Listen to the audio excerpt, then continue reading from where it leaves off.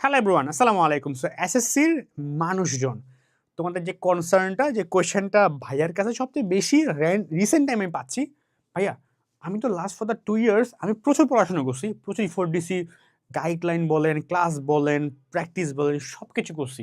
Still না আমার কিন্তু সিকিউরিটির নাম্বারই আসে না। এত আমি তো সব কিছুই পারি, সব কিছুই জানি, বাট আমি সিকিউতে ভালো করতে পারতেছি না কেন? সো আজকের এই কোয়েশ্চেন যদি তোমার থাকে তাহলে আজকের টপিকটা তোমার জন্য। সিকিউ রাইটিং সিক্রেটস কিভাবে লিখলে তুমি 10-এ 10 ইনশাআল্লাহ কনফার্ম পাবা। মাথায় রেখো, তুমি কম জানলেও কিন্তু হবে। কিন্তু তুমি যদি সিকিউ সৃজনশীল প্রশ্ন কিভাবে লিখতে হয় সেটা না জানো, তোমার এ প্লাস পাওয়াটা কিন্তু বেশ ইম্পসিবল। সো আজকে আমরা ক, খ, গ, ঘ এই 4টা কোয়েশ্চেন আসলে লিখতে হয় কেমনে, যে ভাইয়া যে বলি যে ভাইয়া সবগুলোতে 90+ নাম্বার পাইছিলাম অ্যাকাউন্টিং, ফাইন্যান্স, ম্যানেজমেন্টে, মানে ব্যবসা উদ্যোগ তোমার ফাইন্যান্স, ব্যাংকিং, হিসাব বিজ্ঞানে। তো ভাইয়া আসলে কেমনে পাইছিলাম বা আমার লেখার টেকনিক্স কী ছিল, বা আমি আমার ফ্রেন্ডদেরকে জিজ্ঞেস করলাম যে ওরা কেউ লিখছিল। তো সব কিছু মিলিয়ে আজকের এই ভিডিওটা তোমার জন্য অনেক ইম্পর্টেন্ট। সো এসএসসি মানুষজন আজকের এই ভিডিও অবভিয়াসলি দেখবা। তো কটা কিন্তু আমরা মোটামুটি সবাই পারি, যে ক লিখতে হয় কেমনি। সিম্পল। কর মধ্যে কি খুঁজে কোশ্চেনে দেখবে ম্যাক্সিমাম টাইমস কয়ে খুঁজে কি যে র্যান্ডম, ভাইয়া এটা মানে কি, এটা মানে কি, এটা কাকে বলে, এটা কি বলে, এটা কি কাকে বলে, মানে একটা র্যান্ডম আনসার, একটা এক লাইনের আনসার খোঁজা। তুমি ট্রাই করবা কয়ের আনসারটা এক লাইনে শেষ করার, মানে এক লাইন, খুব বেশি হলে 2 লাইন। খুব বেশি হলে কয় লাইন, 1 থেকে 2 লাইনে তুমি তোমার আনসারটা কমপ্লিট করে ট্রাই করো। হ্যাঁ, মানে এক কথায় জবাব, বিষয়টা এমন। ক গেল, দেখো খ, যখন দেখবা খতে কোয়েশ্চেন করে, এটা বলতে কি বোঝায়, এমন কোয়েশ্চেন করে, বা একটু কোনো স্পেসিফিক এক লাইন না খুঁজে কোয়েশ্চেনটা এমনভাবে করে যে এক লাইনে আনসার না খুঁজে তোমার থেকে একটু ডিটেলস জানতে চাই, যে তুমি আসলে জানো কিনা সেটা, সেটা তুমি লিখতে পারো কিনা। সো একটু ডিটেলস তোমার থেকে শুনতে চাই, তোমাকে তুমি লিখো সেটা চাই। সো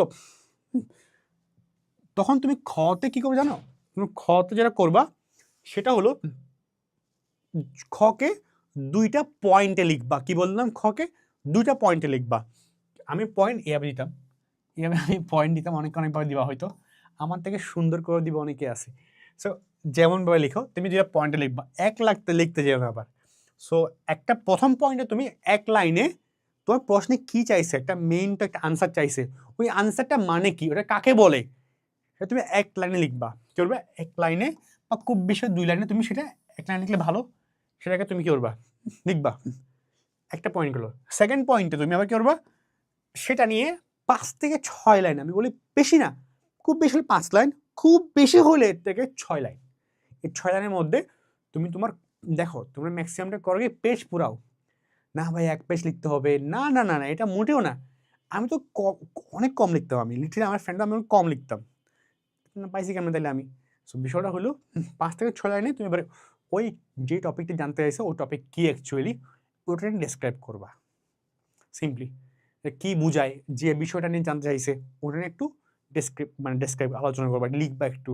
হ্যাঁ, আর লিখার সময় কোনো র্যান্ডমলি টপিক নিবা না, লিখার সময় একটু ডিটেলসে লিখার ট্রাই করবা, ডিটেলসে লিখবা, ঠিক আছে? সো 5 থেকে 6 লিখবা। তুমি গতে তাহলে তোমার মোটামুটি এভাবে লিখতে পারলে 2 তোমাকে ইনশাল্লাহ দিয়ে দিবে, 1 তোমাকে ইনশাল্লাহ দিয়ে দিবে, দিয়ে দেয় ম্যাক্সিমাম টাইমস, এটা দিয়ে দেয়। গতে আসছো, এখন মেন সমস্যাটাই গ ঘ নিয়ে। সবসময় গটা তোমার মনে হয় গ মানে 1 পেজ, আরেক পেজে হাফ, আর ঘ মানে 2 পেজ 3 পেজ। না রে ভাই, পেজ দিকে কখনোই লিখো না, মানে কখনোই না। মানে আমি না জেএসসি পরীক্ষার সময় এই কাজটা করছিলাম, পেজ দিকে লিখছিলাম, ভাই পাইনি নাম্বার কিছু। গতে একদম যা জানো প্রিসাইসলি লিখে দিয়ে আসতে হবে, কোনো এক্সট্রা লাইনই না। এটা বলতে হ্যাঁ আলোচ্য টপিক থেকে বোঝা গেল সেটি এমন, এই লাইনটা 2-3 বার লেখা, এমন না। একদম যা জানো সেটা 1 পেজ হলে 1 page, no risk, no issues. তুমি যদি অ্যাকুরেট তথ্য লিখতে পারো তোমাকে নাম্বার দিয়ে দিবে। লিখতে হবে কেমনে? 3টা পয়েন্ট লিখবা, করে 3টা পয়েন্টে। প্রথম পয়েন্টে নিশ্চয়ই তোমাকে গতে একটা স্পেসিফিক টপিক জানতে চাইছে, স্পেসিফিক বিষয় জানতে চাইছে, ও বিষয়টা যেটা জানতে চাইছে ওই বিষয়টা লিখবা। শুধু বিষয়টা কাকে বলে তা লিখবা না, কিন্তু এখানে বিষয়টা কাকে বলে সেটা লিখ দিতেছো বা ওটা করতেছো, কিন্তু এখানে বিষয়টা কি ওই বিষয়টার নামটাই শুধু লিখবা। বিষয়টা কাকে বলো লিখবা না, কি বললাম, বিষয়টা কোন বিষয় আনতেছে, কোন বিষয়টা, ওই বিষয়টা তুমি লিখবা। হ্যাঁ, ধরো ম্যানেজমেন্টে ব্যবসা থেকে বলতেছে যে এটা কি, এটা কোন ধরনের ব্যবসা, তুমি বলছো এটি একটি রাষ্ট্রীয় ব্যবসা। এর কোন ধরনের ব্যবসা? রাষ্ট্রীয় ব্যবসা। রাষ্ট্রীয় ব্যবসা, এটি একটি রাষ্ট্রীয় ব্যবসা। এই লাইনটা তুমি গতে প্রথম পয়েন্টে লিখবা। পরের লাইন কি, যে তোমাকে যে বললো যে উদ্দীপক দিয়ে এটি কোন ধরনের ব্যবসা, হ্যাঁ আলোচনা করো। হ্যাঁ, গতে বললো, তুমি এবার প্রথমে তো রাষ্ট্রীয় ব্যবসা লিখে ফেললা, 2 নম্বর পয়েন্টে রাষ্ট্রীয় ব্যবসা কি, রাষ্ট্রীয় ব্যবসা আসলে কি, মানে এটা বলতে কি বোঝায়, এটা নিয়ে একটা 5 থেকে 6 লাইন লিখবা। 5 লাইন হলে ভালো, 5 থেকে 20 লাইন লিখতে চাও না, 5 লাইন লিখবা যে না রাষ্ট্রীয় ব্যবসা কি। এবার ঘতে এটা লেখা শেষ, 2 নম্বর পয়েন্ট লেখা শেষ, পয়েন্টে লিখবা। 3rd নম্বর পয়েন্টে লিখবা কি, উদ্দীপকে না প্রিসাইসলি উদ্দীপকটা পুরো তুলে দিবে না, তোমরা করো কি উদ্দীপক পুরাই তুলে দাও, এমনটা করো না। উদ্দীপক থেকে পাওয়া গেল, উদ্দীপককে এটা বলা হইলো, উদ্দীপক থেকে পাওয়া গেলে এটি। এবার ওটার সাথে রাষ্ট্রীয় ব্যবসার যেগুলো ক্যারেক্টারিস্টিক আছে, মানে রাষ্ট্রীয় ব্যবসা ওটা বললো কি, যে উদ্দীপকে বললো যে উদ্দীপকে এটা এটা এটা বললো, আর এগুলো সবগুলা মিলে যায় কার সাথে, রাষ্ট্রীয় ব্যবসার সাথে, কারণ রাষ্ট্রীয় ব্যবসার ধরন এগুলা। এক্সাম্পল দিলাম আর কি, উদ্দীপকে যেগুলো বলছে সেগুলাই যে রাষ্ট্রীয় ব্যবসা। এই দুইটার মধ্যে সামঞ্জস্য থাকবে, সামঞ্জস্য, কি বললাম, সামঞ্জস্যতা। গ এর লাস্ট পয়েন্টটা কি, সবসময় সামঞ্জস্যতা শো করবা, কি করবা, সামঞ্জস্যতা। তুমি যে গতে তোমাকে যে চাই, তোমার থেকে সবসময় চাই কি, যে একটা টপিক জানতে চাই উদ্দীপকের সাথে মিলায়া, তো লাস্ট পয়েন্টে সবসময় ম্যাক্সিমাম টাইম তুমি শো করবা তুমি যেটা বলতেছো রাষ্ট্রীয় ব্যবসা, উদ্দীপকে যেটা বলছে সেটাই যে তুমি যেটা বলতো রাষ্ট্রীয় ব্যবসা, দুইটা যে সেম। এই জিনিসটা তুমি কেমনে বুঝাবা, সামঞ্জস্যতা শো করা। হ্যাঁ, যদি অসামঞ্জস্যতা শো করতে বলে তো অসামঞ্জস্যতা শো করবা। হ্যাঁ, অসামঞ্জস্য শো করে তখন তুমি কি করবা, ম্যাক্সিমাম টাইম করে উদ্দীপকের সঙ্গে মিলাই একটা আনসার দিবা। হ্যাঁ, এটা এটা তুমি ম্যাক্সিমাম 4 থেকে 5 লাইন বা খুব বেশি 6 লাইন তুমি লিখতে পারো। কি করবা, 3rd নাম্বার পয়েন্টে গ তোমার হয়ে গেল।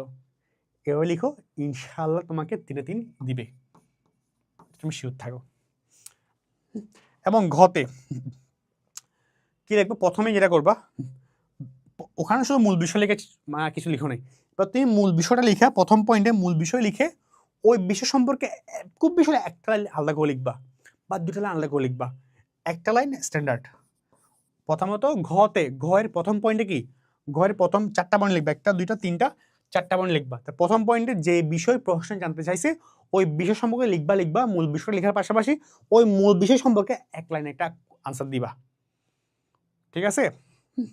তারপর 2nd পয়েন্টে মূল বিষয়টা নিয়ে একটা ব্যাখ্যা করবা, যে না 5 থেকে 6 লাইনে এবার মূল বিষয়টা এটা বলবা, না যে এটা বলতে যে আমরা এখানে ব্যাখ্যা করছিলাম না এমন সেভাবে, মূল বিষয়টা এটা, রাষ্ট্রীয় ব্যবসা কাকে বলে, কেমনে কি, ওটা একটা 5 থেকে 6 লাইন লিখবা, ডিটেলস একটা লিখবা, ঠিক আছে। 3rd নাম্বার পয়েন্টে উদ্দীপকের আলোচনার সাথে উদ্দীপক যা বলছে, উদ্দীপক কি বলছে সেটা একটা কি করো, উদ্দীপকটা আলোচনা করো। উদ্দীপকের সঙ্গে তোমার টপিক মিলাবে না, উদ্দীপক কি বলছে শুধু সেটাই বলো, উদ্দীপক এটা বলছে, উদ্দীপক এটা বলছে, উদ্দীপক এটা বলছে, সেটাই শুধু লেখো। আমি কিন্তু সেটা করছিলাম, ঠিক আছে। তারপর একটু করে তার লাস্ট পয়েন্টে কি করবা, লাস্ট পয়েন্টে গিয়ে হ্যাঁ কি করবা, ও হ্যাঁ এটা একটা করতে ভুলে গেছি, এবার লিখলে না, এবার উদ্দীপকের সাথে তোমার যে মেইন টপিকটা আছে সেটা একটু মিলাবা, একটু, খুব বেশি লিখবা না, মেইন টপিক নিয়ে বেশি লিখবা না, মানে এটা উদ্দীপকের সাথে আমার যে টপিকটা আপনি বলতেছি, আমি যেটা বলতেছি সেটা একটু যে মিল, সেটা যে আসলে সত্য, সেটা কি করবা, সেটা একটু সামঞ্জস্যতা অসামঞ্জস্য এগুলো মিলে দেখাবা। উদ্দীপকটাও তো লিখবা, লেখার পাশাপাশি আমার টপিকটার সাথে তোমার যে টপিকটা আছে প্রথম পয়েন্টে লিখছো এই দুটো একটু মিলে, একটু সামঞ্জস্য হবে, একটু, খুব বেশি না, সব লিখে ফেলবা না, একটু সামঞ্জস্য দেখাবা। অ্যান্ড দ্য লাস্ট পয়েন্ট, এবার প্রশ্ন চাইছে কি, প্রশ্ন চাইছে এটা একদম লিখে দেবে, মানে প্রশ্ন চাইতে পারে যে না এটাই যে সঠিক সেটা ব্যাখ্যা করো, বলতে পারে না, প্রমাণ করো, ব্যাখ্যা করো, হ্যান তেন। সো এবার কি, উদ্দীপকের সাথে প্রশ্নের চাওয়াটা পূরণ করো। এবার তুমি লাস্ট পয়েন্টটাকে প্রুভ করবা, উদ্দীপকে যা চাইছে তুমি তা দিচ্ছ।